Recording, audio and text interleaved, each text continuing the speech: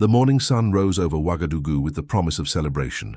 In the neighborhood of Gungin, final preparations were underway for what promised to be one of the most significant weddings the community had seen in years.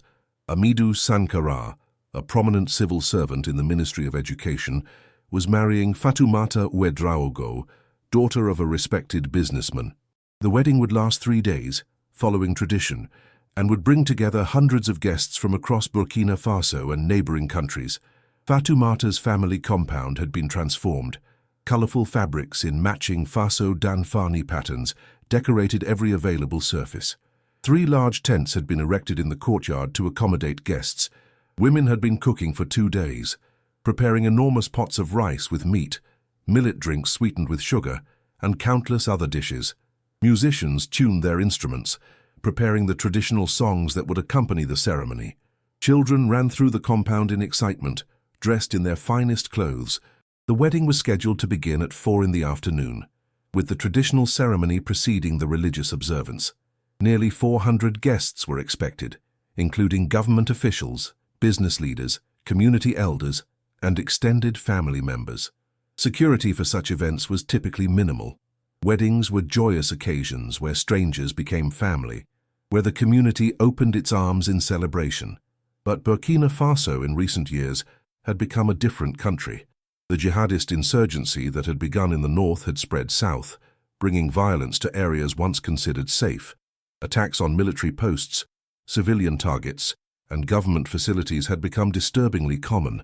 President Ibrahim Traoré had made fighting the insurgency his primary focus since taking power, but the threat remained persistent and evolving. Unknown to the celebrating families, their wedding had attracted attention from a dangerous source. In a safe house in the outskirts of Ouagadougou, members of Jama'at Nusrat al-Islam wal-Muslimin, the Al-Qaeda affiliate operating in the Sahel, were finalizing their own preparations. Their target was not the wedding itself, but several high-value individuals who would be attending: government officials, military officers, and intelligence personnel who had been effective in disrupting jihadist operations. The plan was elegant in its simplicity. 15 operatives would pose as wedding guests, entering the compound separately throughout the day to avoid suspicion. Each would carry weapons concealed in traditional ceremonial gift bags. Once inside and positioned strategically, they would execute their targets simultaneously, creating maximum chaos before attempting to escape or, if necessary, detonate suicide vests to maximize casualties. The operation had been months in planning. JNM had infiltrated one of the catering companies hired for the wedding, allowing them to obtain detailed information about the guest list, security arrangements, and compound layout. They knew exactly who would be sitting where, when the ceremony would begin, and when security would be most relaxed. At precisely 9 in the morning, as families across Gungin prepared for the celebration, President Ibrahim Traoré sat in his office at the presidential palace reviewing intelligence reports. He had been awake since 4:30, as was his habit, beginning his day with prayer and then moving immediately to work. The reports on his desk covered the usual array of concerns: insurgent movements in the north, economic challenges, diplomatic communications with Mali and Niger. But one report caught his attention. It had arrived late the previous night from the Directorate of Territorial Security, marked urgent. An informant embedded within a suspected jihadist network had transmitted a cryptic message: "Wedding Gungin, government targets." Tomorrow. The intelligence was frustratingly vague. Burkina Faso was a country where weddings happened constantly, especially on weekends. Gungin was a large neighborhood with thousands of residents. Without more specific information, it would be impossible to know which wedding might be targeted, or if the intelligence was even reliable. The informant had gone silent after sending the message, which could mean they had been discovered or simply lost access to communication. Traoré read the report 3 times, his mind working through possibilities. As a military officer who had fought jihadists in the north for years, he had learned to take all intelligence seriously, even when incomplete. He had also learned that terrorists often chose soft targets, gatherings where security was minimal, and casualties would be high. A wedding fit that profile perfectly. He picked up his secure phone and called Colonel Sawadogo, head of the Directorate of Territorial Security. "Colonel, the report from last night about a wedding in Gungin. What additional information do we have?" "Captain, "We have been working on it since the message arrived," Sawadogo replied. "We have identified 23 weddings scheduled for today in Gaungin neighborhood. We are attempting to narrow down which one might be the target based on guest lists and prominence of attendees. How long will that take?" "At least 6 hours, Captain, maybe more. Many of these weddings are private family affairs with no official registration." Traoré glanced at his watch. 9:15 in the morning. If the attack was planned for today, 6 hours might be too long. "Colonel, I want you to focus on weddings where government officials or military personnel are expected to attend. Those would be the most attractive targets, and increase surveillance in Gungin. Any unusual movements? Any strangers gathering in groups? I want to know immediately." "Yes, Captain. We will prioritize those criteria." Traoré hung up and sat in thought. The vague intelligence troubled him. In counter-terrorism work, the margin between preventing an attack and suffering a tragedy often came down to hours or even minutes. He could order a general security lockdown of Gungin, but that would disrupt dozens of innocent celebrations and potentially alert the attackers if they were monitoring security responses. No, he needed more information. He needed to identify the specific target. Chapter 2. By 11 in the morning, Colonel Sawadogo's team had narrowed the list to 5 weddings in Gungin, where government officials were confirmed as guests. The largest and most prominent was the Sankara Wedraugo wedding, scheduled to begin at 4 that afternoon.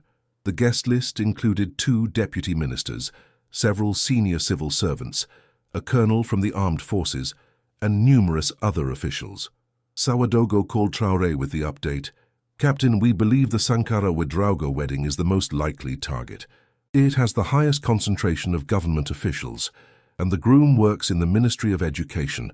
If terrorists wanted to make a statement and eliminate multiple targets simultaneously, this would be the logical choice." "What security is currently in place for this wedding?" Traoré asked. "Minimal, Captain. It is a private celebration. The families have hired a few local security guards to manage crowd control, but nothing substantial. The compound is large and relatively open. Based on our assessment, if terrorists infiltrate as guests, they could move freely throughout the venue." Traoré felt the weight of decision pressing on him. He could send armed security teams to the wedding, but an overt military presence would alarm the families and guests, potentially ruining what should be a joyous occasion. Worse, if his intelligence was wrong, he would be disrupting an innocent celebration based on a vague warning. But if he did nothing and the attack occurred, the consequences would be catastrophic. Dozens of deaths, including government officials, at what should have been a celebration. "Colonel, I want plainclothes intelligence officers at that wedding. Experienced people who can blend in as guests. They should arrive separately throughout the day, position themselves strategically, and watch for anything unusual. Anyone who does not fit, anyone acting suspiciously, anyone who seems out of place. And I want a rapid response team nearby, ready to move instantly if needed." "Understood, Captain. How many officers should we deploy?" 20. Enough to cover all areas of the compound, but not so many that they might be noticed. Select people who can convincingly play the role of wedding guests. And Colonel, this must be done quietly. The families should not know their wedding has become a security operation. If the intelligence is wrong, they deserve to celebrate without fear. Within the hour, the operation was in motion. 20 intelligence officers, men and women carefully selected for their ability to blend into wedding environments, received their assignments. They were provided with appropriate gifts to carry, briefed on wedding customs to observe, and given photographs of known jihadist operatives. Each officer was armed, but carried weapons concealed in ways that would not be visible through casual observation. Meanwhile, Traoré reviewed everything his intelligence service had on JNIM operations in Ouagadougou.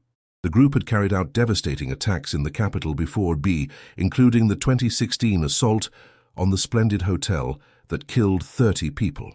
They were ruthless, well-organized, and increasingly sophisticated in their tactics. Using a wedding as cover for an attack fit their pattern of targeting soft targets, where maximum casualties could be achieved. At 1 in the afternoon, Traoré made a decision that surprised his security team. "I'm going to the wedding myself," he announced. Colonel Sawadogo immediately objected. "Captain, with respect, that is too dangerous. If this is indeed a terrorist target, Your presence would only make the situation more volatile. You could become a target yourself. Which is exactly why I should be there, Traoré replied. Or if terrorists are planning an attack, they need to know that their intended victims do not hide behind security walls, that we stand with our people, and practically speaking, I have more combat experience than most of your intelligence officers. If violence erupts, I can help protect civilians. Captain, the presidential security detail will insist on accompanying you. That will make it impossible to maintain a low profile. Then I will go without them. I will dress as a regular guest. No one except you and the officers on site will know I am there. Prepare appropriate clothing for me, traditional wedding attire, something that will help me blend in. Ouagadougou realized that arguing was pointless. Traoré had made his decision with the same calm determination that characterized all his choices. Yes, Captain, we will have everything ready. At 2:30 that afternoon, Ibrahim Traoré left the presidential palace through a side entrance, dressed in a beautiful Faso Danfani outfit in deep blue and gold. He looked like any other guest heading to a wedding. A young man in his 30s, prosperous enough to afford quality traditional clothing, anonymous in the city's afternoon crowds. A single intelligence officer accompanied him, playing the role of a cousin, and they traveled to Gungin in an unmarked vehicle. The Sankara Ouedraogo compound was already filling with guests when they arrived. Music played from speakers mounted on poles. Women in matching fabrics chatted in small groups. Children chased each other between the tents. Men gathered in the shade, discussing politics and business. It was a scene of perfect normalcy, joy and community. Exactly the kind of target that would appeal to terrorists seeking maximum psychological impact. Traoré and his companion entered carrying a decorative gift bag, offering greetings to the family members welcoming guests at the entrance.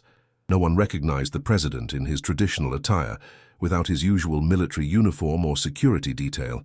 He moved through the compound with careful attention, his trained eyes scanning faces, noting positions, identifying potential threats.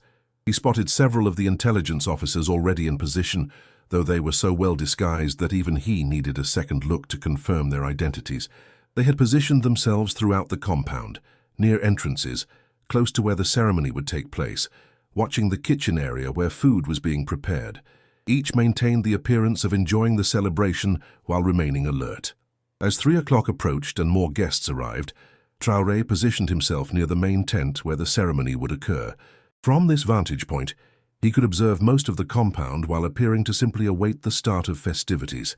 The intelligence officer accompanying him stood nearby, both of them playing their roles as ordinary guests while maintaining constant vigilance. Then, at 3:15, Traoré noticed something that made his blood run cold. Chapter 3. A group of 7 men entered the compound together, which immediately struck Traoré as unusual. At traditional Burkinabe weddings, guests typically arrived in family groups or as couples.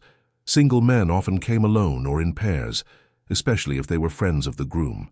But 7 men arriving together, all appearing to be in their 20s and 30s, without women or children, and carrying identical gift bags, that deviated from the pattern. Traoré watched them carefully as they greeted the family at the entrance.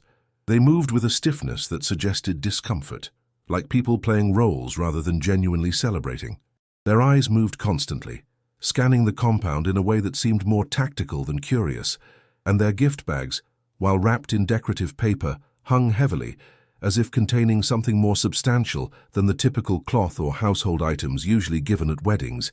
He caught the eye of the intelligence officer, nearest to the entrance, and gave a subtle hand signal.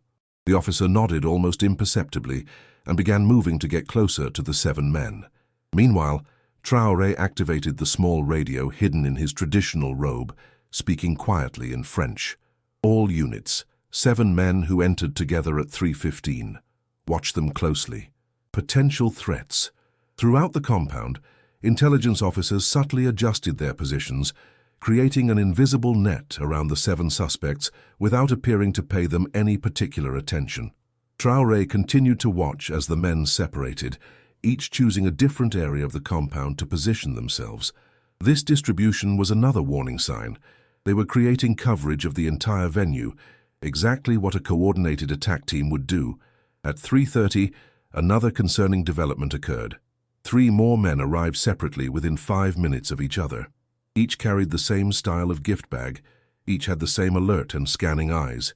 Each positioned themselves in areas of the compound not yet covered by the first 7.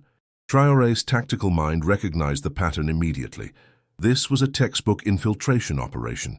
The attackers were arriving in waves to avoid suspicion, positioning themselves for maximum coverage and effect. He needed to act, but the decision was agonizing.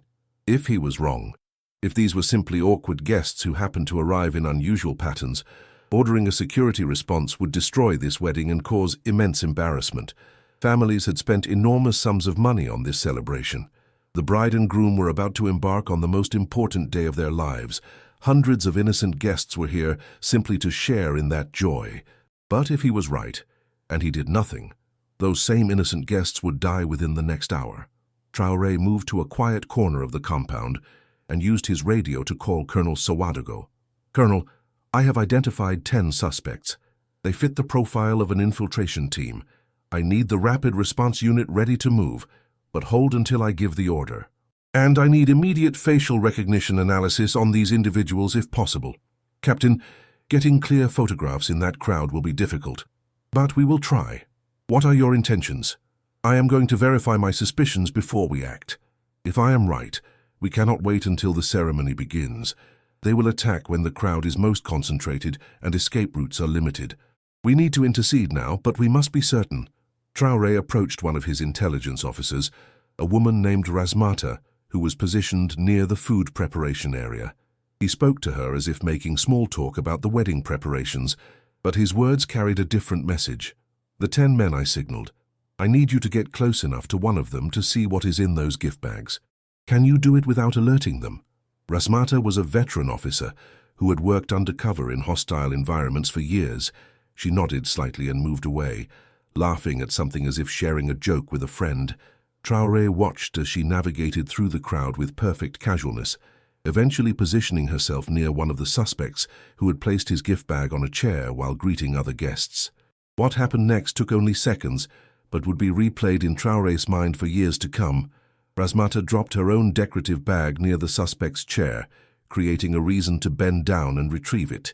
In that moment, the angle of light revealed a gap in the wrapping of the suspect's bag.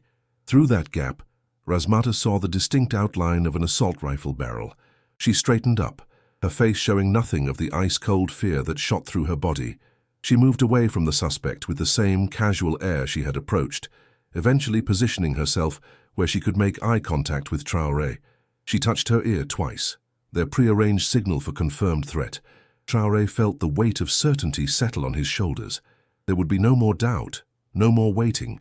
10 armed men had infiltrated this wedding with the intention of carrying out a massacre. The intelligence had been correct. And now, with hundreds of innocent civilians in immediate danger, he had to act with precision and speed that would allow no margin for error. He activated his radio. "Colonel Sawadogo, this is a confirmed threat. We have at least 10 armed hostiles in the compound. I need the rapid response unit to move now, but they must approach silently. No sirens, no obvious military vehicles. We cannot alert the suspects until we are ready to neutralize all of them simultaneously." "Understood, Captain. The unit is 3 minutes away. What are your orders for the officers in position?" "Hold until the response unit arrives. If any suspect reaches for their weapon before then, we engage immediately to protect civilians. But if possible, we wait until we have overwhelming force. I want all 10 neutralized before any of them can detonate a suicide vest or open fire into the crowd." 3 minutes. In the world of security operations, 3 minutes could feel like hours. Traoré moved through the compound with forced calm, positioning himself between one of the suspects and the largest concentration of civilians. Around him, the wedding celebration continued in blissful ignorance. Musicians played traditional songs. Women ululated in celebration. The bride, beautiful in her traditional attire with intricate henna designs on her hands, was being prepared for her appearance. None of them knew that death had infiltrated their celebration, that men with automatic weapons and possibly suicide vests stood among them, waiting for the moment to transform joy into horror. Traoré watched the suspects carefully. They remained in position, seemingly content to wait for the ceremony to begin when maximum casualties could be achieved. But one of them, A tall man positioned near the main tent kept glancing at his watch. Traoré recognized that behavior. The man was on a timeline, counting down to a predetermined attack moment. At 3:45, Traoré's radio crackled with Sawadogo's voice. "Captain, the response unit is in position 1 block from the compound. They are ready to move on your command. We also have 4 snipers on rooftops surrounding the venue. They have visual on 7 of the 10 suspects." "Good. On my signal, the unit enters from all 3 compound entrances simultaneously. Snipers take shots only if suspects begin to draw weapons. Intelligence officers will identify themselves and assist in securing suspects. The priority is preventing any of them from detonating explosives or firing into the crowd. Speed and overwhelming force." Traoré took a deep breath and looked around the compound one final time. At the children laughing in their finest clothes, at the elderly women who had spent days cooking, at the bride and groom who should have been experiencing the happiest day of their lives, at the hundreds of innocent people who had come simply to celebrate love and community. He could not let them die, would not let them die. "All units," he said into his radio, "execute now. If you're enjoying this story, consider subscribing to the channel so we can continue bringing you more content like this." Chapter 4. The Rapid Response Unit moved with the precision of a surgical strike. 40 heavily armed soldiers in tactical gear entered through the compound's 3 entrances simultaneously, their weapons raised but not firing. Their arrival caused immediate shock and confusion among the wedding guests, who suddenly found themselves in the middle of what appeared to be a military operation. But before panic could fully set in, Traoré stepped forward into a central position and removed the traditional cap he had been wearing. In an instant, several guests recognized him. Gasps of surprise rippled through the crowd. The president of Burkina Faso was at this wedding, dressed as an ordinary guest. "Everyone remain calm," Traoré said in a voice that carried authority, but not panic. "You are safe. There is a security threat in this compound, but we are handling it. Please move slowly toward the west wall and sit down. Do not run. Do not create chaos. Trust us to protect you." The intelligence officers throughout the compound revealed themselves simultaneously, showing their credentials and helping to direct guests toward the designated safe area. The reaction was a mixture of fear, confusion, and a fragile trust in the president's presence and calm demeanor. Meanwhile, the response unit moved swiftly to neutralize the 10 suspects. The 4 snipers on surrounding rooftops had clear shots on 4 of the men. At Sawadogo's command, they fired tranquilizer darts rather than bullets. Traoré had specifically ordered that suspects be taken alive, if possible, for interrogation. 4 suspects dropped almost instantly, the fast-acting sedatives rendering them unconscious before they could react. The remaining 6 suspects realized simultaneously that their operation had been compromised. 3 reached for the weapons concealed in their gift bags. They never completed the motion. Response unit soldiers tackled them before they could draw their rifles, using non-lethal force to subdue them. The takedowns were brutal but efficient. The suspects were rendered unconscious or immobilized within seconds. The final 3 suspects made a different choice. Realizing they could not reach their weapons, they reached instead for suicide vests concealed beneath their traditional robes. This was the nightmare scenario Traoré had feared. If even one vest detonated, dozens of people would die.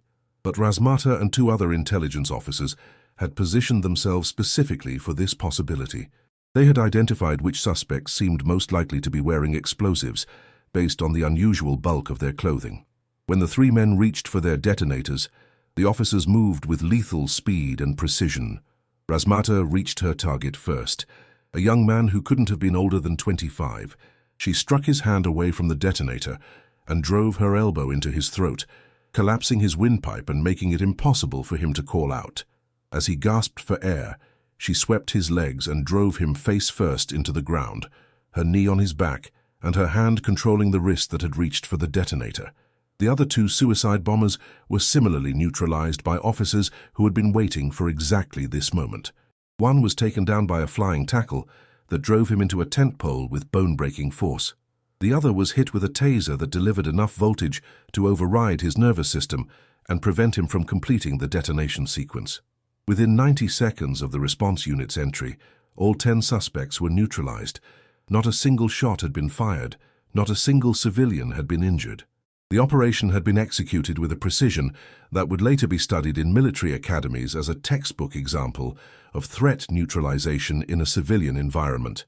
But in that moment, as response unit soldiers secured the suspects and began carefully removing their weapons and explosives, the wedding guests sat in stunned silence against the west wall.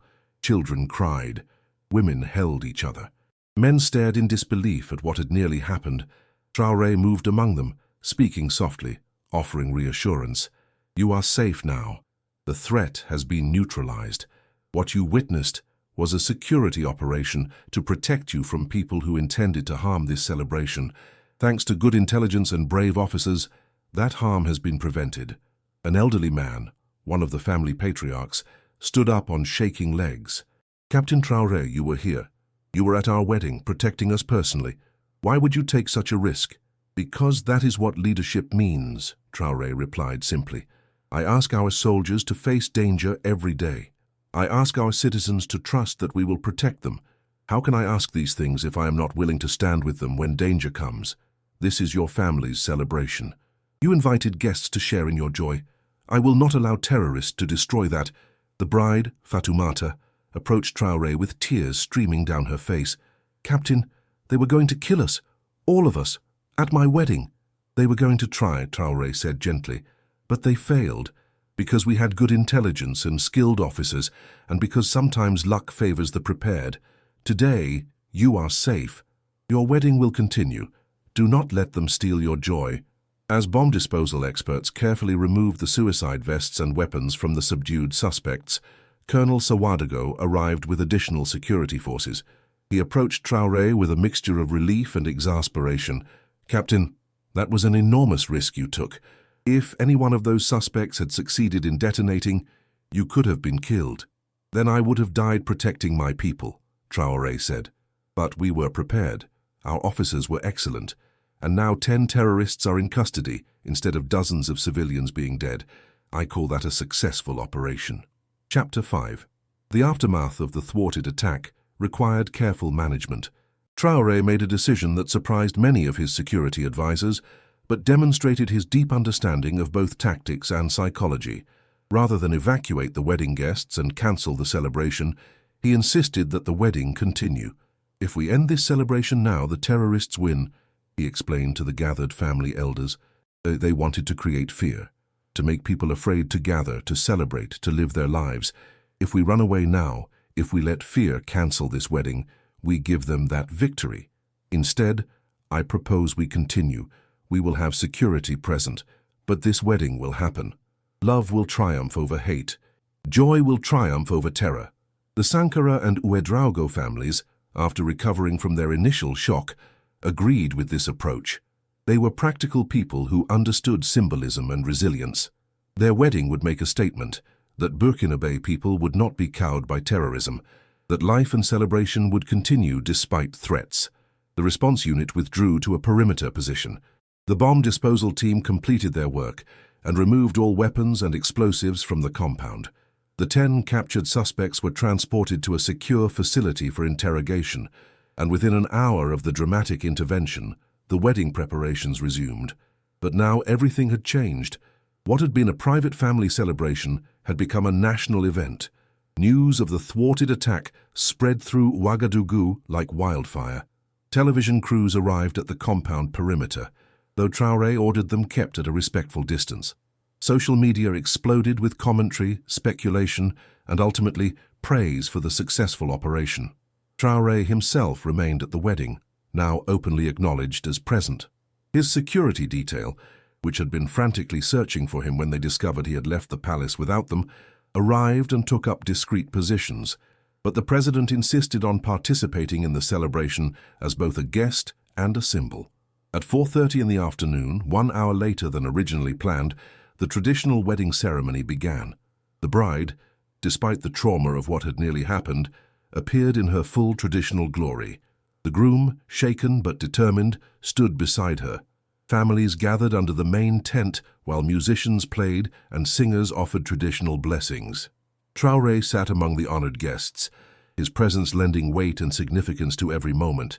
When the time came for the symbolic tasting of the 4 elements, sour, bitter, hot and sweet, representing the full range of emotions marriage must weather, the ceremony took on additional meaning.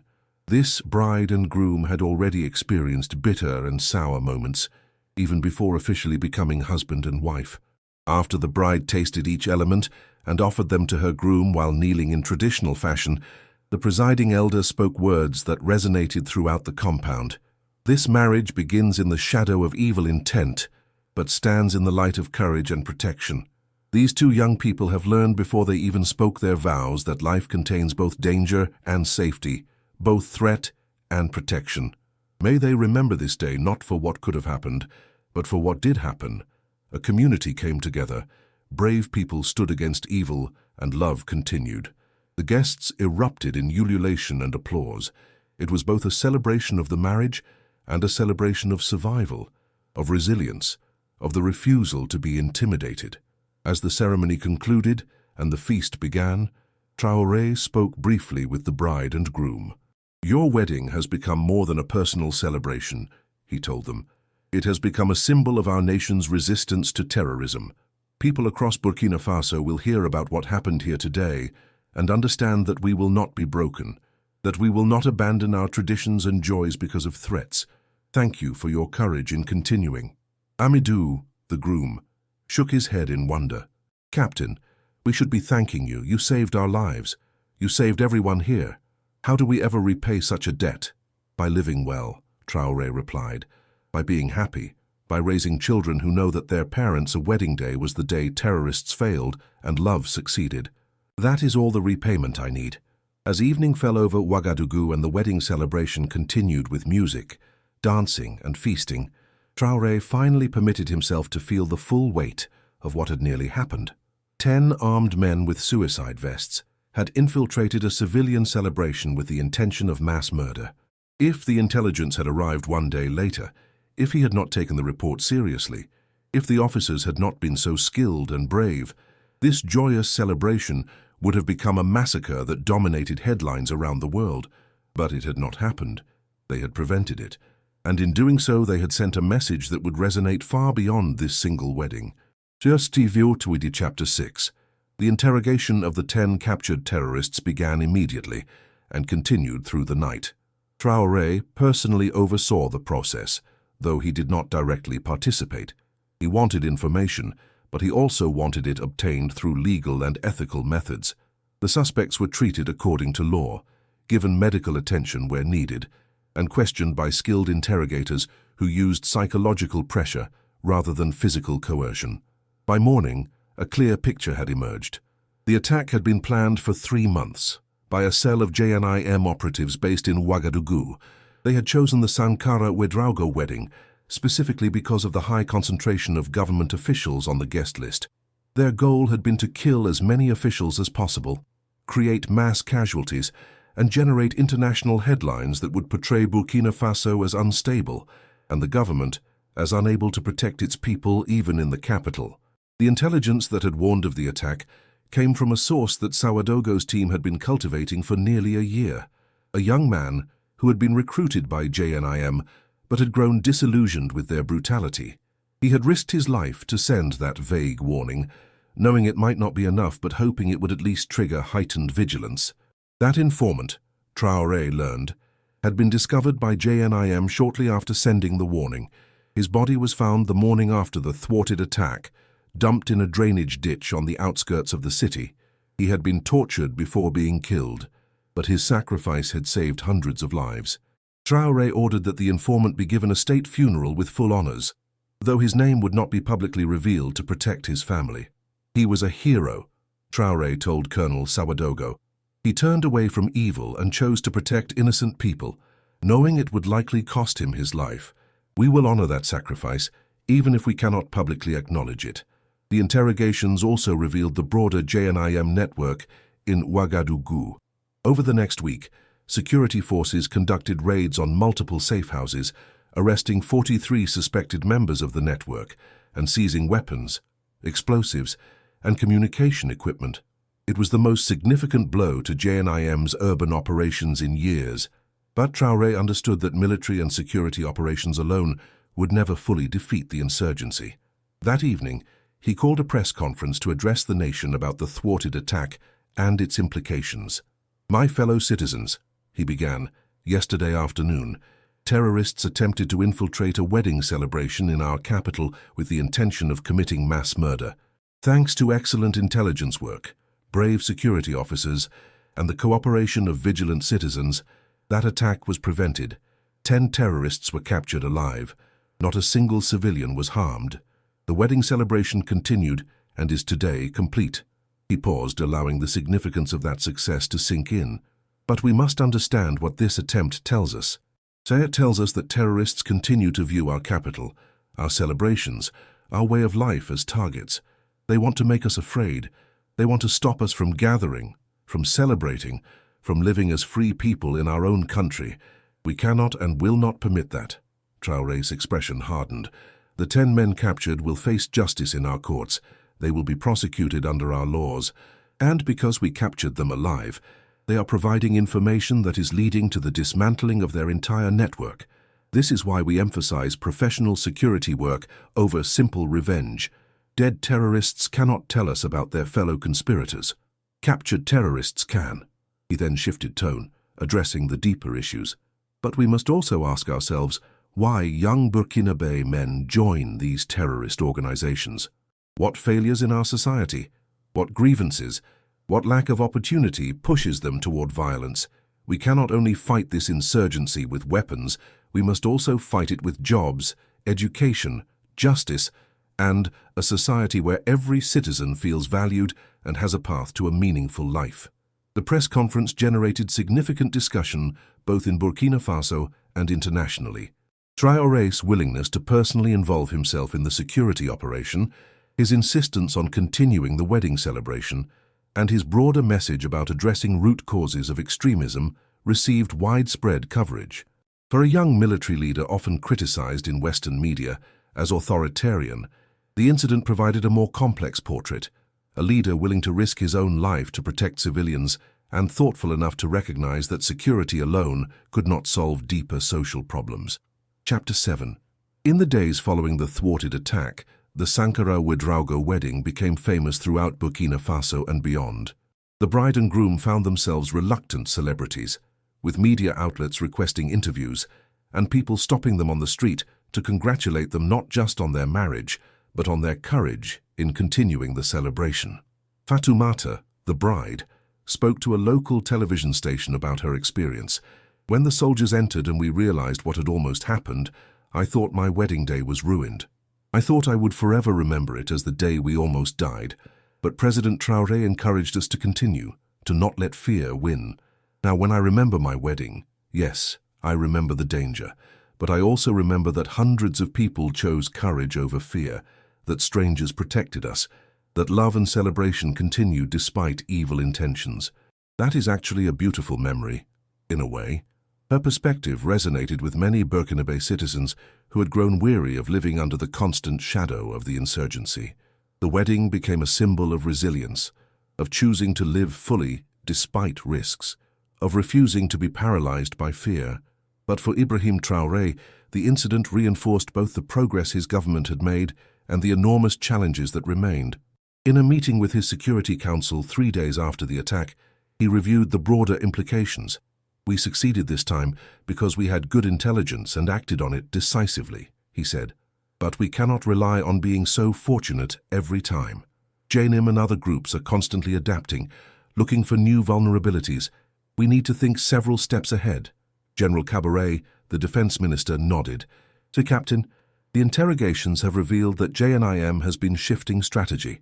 They are moving away from primarily rural operations and increasing their focus on urban attacks. They believe that spectacular attacks in cities generate more international attention and undermine public confidence in the government. Then we must harden our urban defenses," Traoré replied. But more than that, we must make our cities places where terrorists cannot easily hide or recruit. That means better intelligence networks, yes, but also better governance, better services, better opportunities for young people so they are not vulnerable to extremist recruitment. Over the following weeks, Traoré's government implemented several new initiatives. Intelligence operations in urban areas were expanded. with additional officers assigned to identify and infiltrate extremist networks. Community policing programs were enhanced, encouraging citizens to report suspicious activities while building trust between communities and security forces. And significantly, new youth employment and education programs were launched, specifically targeting neighborhoods where recruitment by extremist groups had been highest. These programs faced skepticism from some quarters. Critics argued that the government was rewarding potential terrorists with jobs and education. But Traoré defended the approach in characteristically direct terms, as we can either spend money preventing young people from becoming terrorists, or we can spend money fighting them after they join terrorist groups. The first option is cheaper in both money and lives. It is also more consistent with our values as a nation that believes in redemption and opportunity. Chapter 8. 6 weeks after the thwarted wedding attack, Traoré made an unexpected visit to the informant's family, the young man whose warning had made the successful intervention possible. The visit was not publicized. Traoré arrived at a modest home in a working-class neighborhood, accompanied only by Colonel Sawadogo and a single bodyguard. The informant's mother, a woman named Mariam, answered the door. Her eyes widened in shock when she saw the president standing on her doorstep. "Captain Traoré, why are you here?" "May I come in, madame?" "I wish to speak with you about your son." Inside the small clean home, Traoré sat with Mariam and her 2 younger children. He explained, with sensitivity and care, how her son had provided the intelligence that saved hundreds of lives, how his courage and moral clarity had made him turn away from JNIM despite the personal danger, how his warning, though it cost him his life, had prevented a massacre. "Your son was a hero," Traoré said quietly. "He made mistakes in his youth, falling in with bad people, but when he understood what they truly intended, when he saw the evil they planned, he chose to do what was right, even though he knew it would likely cost him his life. That is the highest form of courage." Mariam wept, holding a photograph of her son as a child. "He was a good boy. He got involved with bad people when he could not find work. He was angry, frustrated. They promised him purpose, belonging. But my son was not a killer. When they told him about the wedding attack, he called me. He said he had to stop it. I told him to run, to get away, but he said if he ran all those people would die, so he sent the warning instead. Because of him, those people are alive," Traoré said. "Because of him, a bride and groom had their wedding, children got to play, families got to celebrate. Your son gave them that gift. He gave it to our entire nation." Traoré then explained that the government would provide financial support for the family, educational scholarships for the younger children, and that the informant's name would be added to a classified honor roll of heroes who had given their lives protecting Burkina Faso. While his sacrifice could not be publicly acknowledged to protect the family from retaliation, it would be remembered within the security services as an example of redemption and courage. As Traoré left the home, Sawadogo walked beside him in silence for a moment before speaking. "Captain, these visits you make to the families of fallen soldiers, to victims of attacks, to people like this informant's family, they take enormous time from your schedule. Some would say a president has more important uses of his time. There is nothing more important than honoring sacrifice and showing people that their government sees them as individuals, not statistics," Traoré replied. "That young man died alone, probably tortured, knowing that his warning might not even be enough. The least I can do is tell his mother that he did not die in vain, that his choice mattered, that his country is grateful." They walked on through the neighborhood, the president and the colonel, surrounded by children playing football in the street and vendors selling goods from small stalls. This was the Burkina Faso that Traoré was fighting to protect, not the abstract nation on maps, but the actual people living their lives, raising their children, trying to build better futures despite enormous challenges. Chapter 9. The success of the wedding operation had broader implications for regional security cooperation. Mali and Niger, the other 2 members of the Alliance of Sahel States, took note of how Burkina Faso's intelligence and security forces had prevented the attack. It demonstrated that despite resource limitations and the ongoing challenges of the insurgency, professional security work could achieve significant victories. At the next Alliance of Sahel States Summit, held in Bamako, Traoré presented a detailed briefing on the operation. He emphasized several key lessons that could be applied across the region. First, Human intelligence remains our most valuable asset, he told the assembled leaders. Technology and equipment are important, but informants embedded within extremist networks can provide warning and detail that no surveillance system can match. We must continue to cultivate these sources, protect them, and act on their information decisively. Second, the willingness to take calculated risks can be decisive. I chose to personally attend that wedding and order the intervention based on incomplete intelligence. That decision could have been wrong and caused embarrassment, but the potential cost of inaction, hundreds of deaths, made the risk acceptable. Leaders must be willing to make difficult decisions with imperfect information. Third, and perhaps most important, we must think beyond immediate security operations. Every terrorist we kill may be replaced by 2 more if we do not address the underlying conditions that drive recruitment. Jobs, education, justice, and good governance. These are security tools just as important as weapons. General Goita of Mali, who chaired the summit, responded to Traoré's presentation with evident respect. Brother Traoré, you have reminded us that security is not just about military strength. It is about wisdom, courage, and a comprehensive approach to protecting our people. The wedding operation will be studied in our military academies as an example of excellent intelligence work and decisive action. The summit concluded with agreements to share intelligence more effectively across the 3 countries, to coordinate operations against extremist networks that crossed borders, and to develop joint programs addressing youth unemployment and education in areas vulnerable to extremist recruitment. But as Traoré flew back to Ouagadougou, he felt no sense of triumph. The wedding attack had been prevented, yes, the network responsible had been largely dismantled, but JNIM and other groups remained active and dangerous. The insurgency continued to control significant territory in the north. Thousands of Burkinabe citizens remained displaced from their homes. The fundamental challenges that made his country vulnerable to extremism, poverty, limited opportunity, historical grievances, remained largely unresolved. Chapter 10. 3 months after the thwarted wedding attack, President Traoré held a private dinner at the presidential residence. The guests included the newlyweds Amidou and Fatoumata Sankara, their immediate families, and several of the intelligence officers who had been present at the wedding, including Razmata, the officer who had confirmed the presence of weapons in the suspects' bags. It was an unusual gathering, mixing military personnel with civilians, formal presidential protocol with the intimacy of a family dinner. But Traoré had insisted on it, wanting to bring together the people whose actions had prevented tragedy and allowing them to see the results of their work. A young couple happy in marriage, families intact, lives continuing.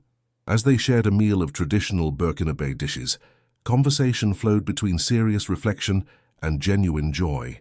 Fatoumata described how she and Amidou had spent their first months of marriage, both trying to process what had happened and trying to simply be newlyweds. Razmata spoke about her years in intelligence work and admitted that the wedding operation had been one of the most stressful of her career. "When I saw that rifle barrel through the gap in the wrapping," she said, "I had to fight every instinct that told me to run, to shout, to warn everyone immediately. But I knew that if I showed any reaction, the suspect might realize he had been compromised and trigger an immediate attack. So I stood up, walked away and gave the signal. Those 10 seconds felt like hours." Traoré raised his glass. "To Razmata and all the officers present that day, you performed your duties with extraordinary skill and courage. To the informant who sacrificed his life to warn us, may his memory be honored. And to Amidou and Fatoumata, who chose to continue their celebration, and by doing so sent a message that terrorism will not defeat us. Thank you all." After dinner, as guests mingled in the residence's garden, Amidou approached Traoré privately. "Captain, there is something I have been wanting to discuss with you. My wife and I have been thinking about how we can honor what happened at our wedding, how we can contribute to preventing other families from facing such threats." "I am listening," Traoré said. "We are both educators. Fatoumata teaches primary school, and I work in curriculum development at the ministry. We would like to develop educational programs specifically for young people in communities where extremist recruitment is high. Programs that teach critical thinking, that explore the manipulation tactics used by extremist groups, that provide positive alternatives to violence." "Would the government support such an initiative?" Traoré felt a surge of hope at the proposal. This was exactly the kind of grassroots effort needed to complement security operations. Not only would we support it, we would partner with you. This is the kind of work that creates lasting change.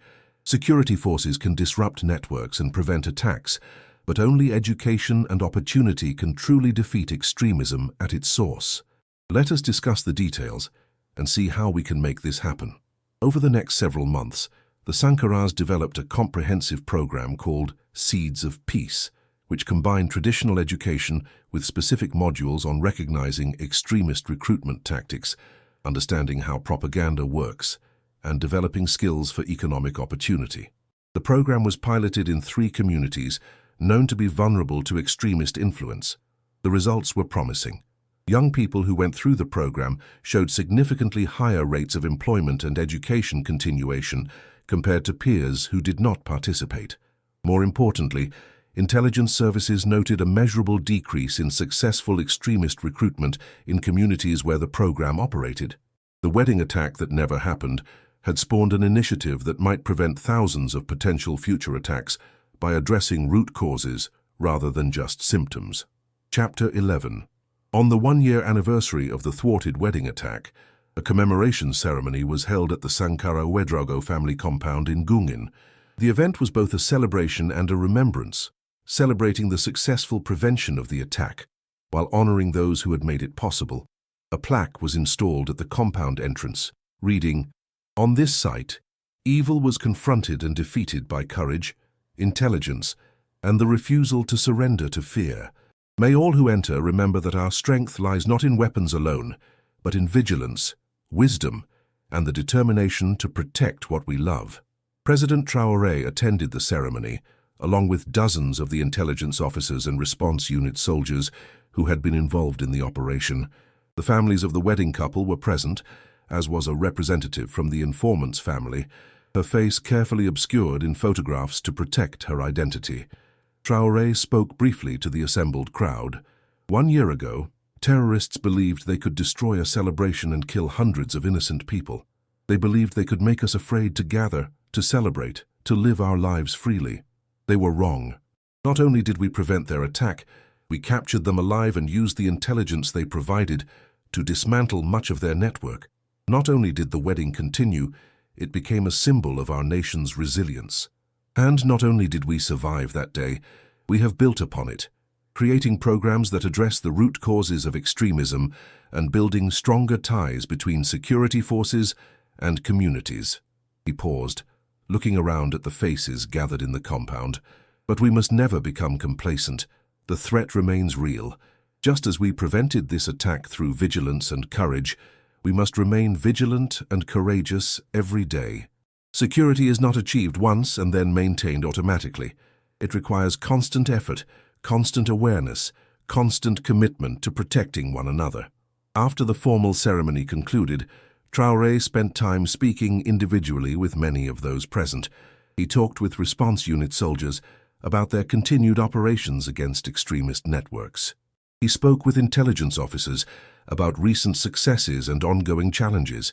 He asked Amidou and Fatoumata about the progress of their educational program and offered additional government support. One conversation particularly struck him. A young woman approached, introducing herself as the sister of one of the captured terrorists. She spoke with visible nervousness, unsure of how she would be received. "Captain Traoré, my brother is in prison for his role in planning this attack. He will likely spend most of his life there. I do not ask for clemency or special treatment. He made his choices and must face the consequences. But I wanted to thank you for capturing him alive rather than killing him.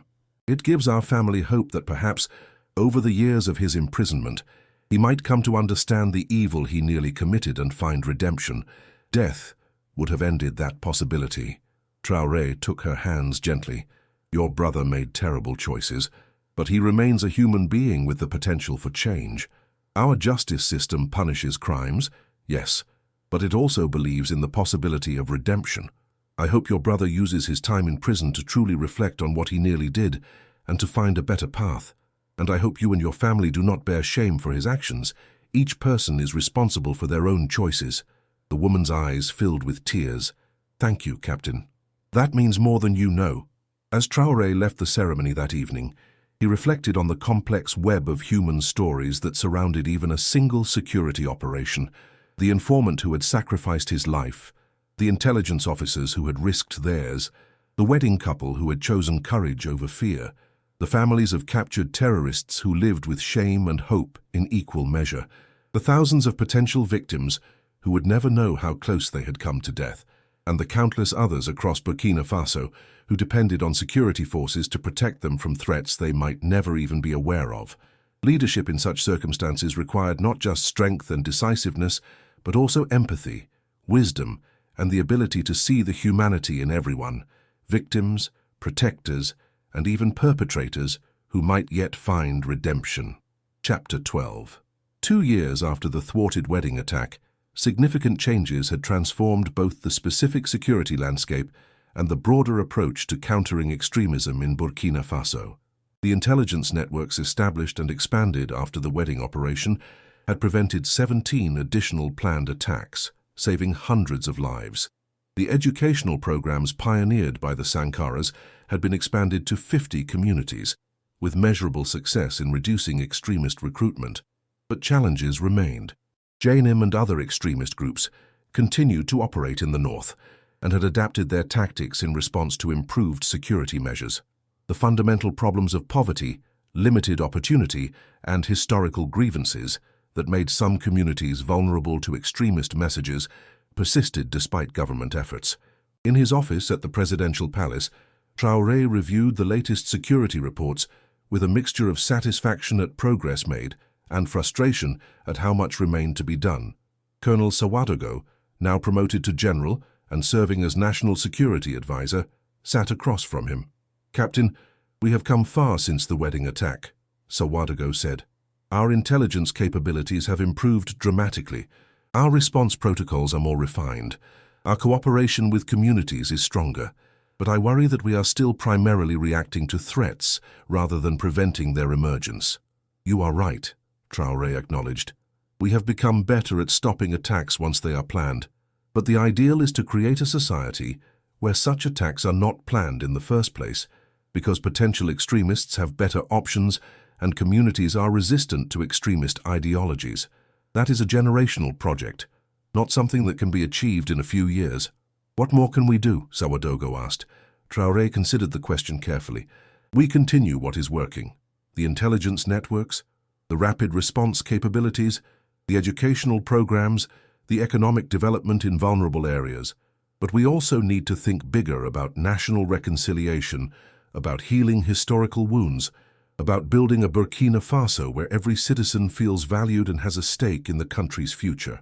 Security operations can buy us time, but only justice and opportunity can create lasting peace." That evening, Traoré visited the Sankara Ouedraogo home, where he had been invited for dinner. It had become something of a tradition. Every few months, he would spend an evening with the couple whose wedding had inadvertently become a turning point in his approach to security and governance. The dinner was simple and warm, filled with the kind of easy conversation that had developed between them over time. Their home was filled with photographs from the wedding, including several showing Traoré in his traditional guest attire before his identity had been revealed. "Do you ever regret that we continued the wedding?" Fatoumata asked at one point. "Some people have criticized you for taking such a risk with civilian lives, for not simply evacuating everyone once the threat was confirmed." "I regret nothing about that day," Traoré replied firmly. "Yes, there was risk in continuing, but there would also have been cost in not continuing. If we had evacuated everyone, cancelled the wedding, sent people home in fear, the terrorists would have achieved a significant part of their goal even without firing a shot. By continuing, by refusing to let fear dictate our actions, we sent a more powerful message than any number of military victories could have sent." Amadou nodded. "Our wedding became a symbol because you made it one. And now the work that grew from it, the Seeds of Peace program, is touching lives across the country. That would not have happened if we had simply run away." As the evening drew to a close, Traoré stood to leave. At the door, he turned back to the couple. "Thank you for your hospitality, but more than that, thank you for what you represent. A young couple building a life together despite challenges. Educators working to shape better futures for children, Citizens who chose courage over fear and action over despair. That is the Burkina Faso I am trying to build, not perfect, not without problems, but resilient, hopeful, and determined to overcome whatever obstacles we face. Driving back to the presidential palace through the streets of Ouagadougou, Traoré looked out at his capital city. Lights glowed in thousands of homes. Families shared meals. Children played despite the late hour. Markets prepared for the next day's commerce. Life continued, as it always had, as it always would. The wedding attack that never happened had taught him crucial lessons about security, yes, but it had also reinforced deeper truths about leadership and governance. That protecting people meant more than preventing immediate threats. It meant creating conditions where threats were less likely to emerge. That courage was sometimes more important than weapons. That symbols and gestures mattered as much as policies and operations. And that the true measure of a nation's strength was not its military power, but the resilience and dignity of its people. As Burkina Faso moved forward into an uncertain future, facing challenges both old and new, these lessons would continue to guide the young president who had once stood in a wedding compound, watching for threats while music played and families celebrated. The threats would evolve, the tactics would change, but the fundamental commitment to protect people while honoring their humanity and dignity would remain constant. In the compound in Gungin, where a celebration had nearly become a massacre, the plaque at the entrance stood as a permanent reminder. May all who enter remember that our strength lies not in weapons alone, but in vigilance, wisdom, and the determination to protect what we love. Those words, Traoré believed, were not just applicable to one wedding or one security operation. They were the foundation of everything he was trying to build for Burkina Faso, and as long as he led this nation, he would remain committed to that vision, vigilant against threats, wise in addressing root causes, and absolutely determined to protect not just the physical lives of his people, but also their right to celebrate, to love, to gather in joy without fear. The wedding that became a symbol of resistance, the attack that never happened, the ordinary citizens and professional security officers who together prevented tragedy. These would be remembered not as isolated incidents, but as defining moments in a larger story, the story of a nation refusing to surrender to extremism, choosing instead to build something better, one prevented attack, one educated youth, one celebrated wedding at a time.